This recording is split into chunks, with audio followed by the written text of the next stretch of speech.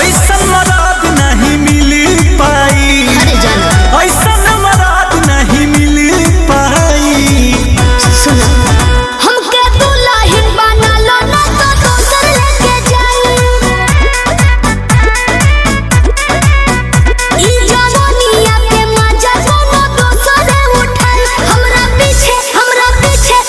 पीछे पड़ल बाड़े हमर जीजा जी के भाई। हमके दुल्हन बना लो ना तो दोसर लेके जाई।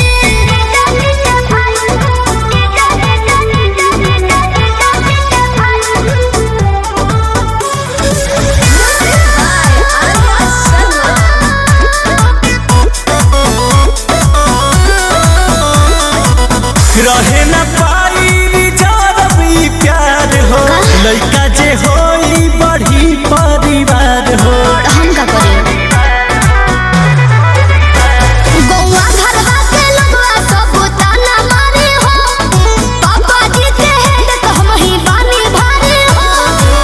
जिंदगी भटरब तोहर भर पाई, जिंदगी भटरब तोहर भर पाई। तो सुन ला हमके दुल्हन बना लो ना तो दोसर लेके जाई। ई जवानिया के मजा कोनो दोसर उठाई। हमरा पीछे पड़ल बाड़े हमर जीजा जी के भाई। हमके दुल्हन बना लो ना तो दोसर लेके जाई।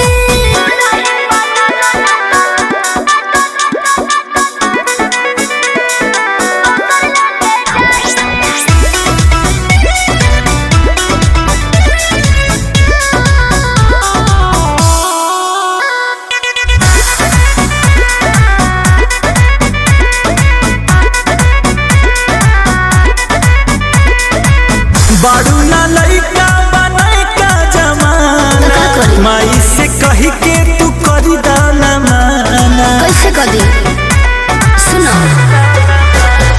अतना दिन तोहरा संगे रहनी मजा से। बात चलत बा शादी के बस अंकुश राजा से। देखी हम तू मान जइहे बाबू माई, देखी हम तू मान जइहे बाबू माई।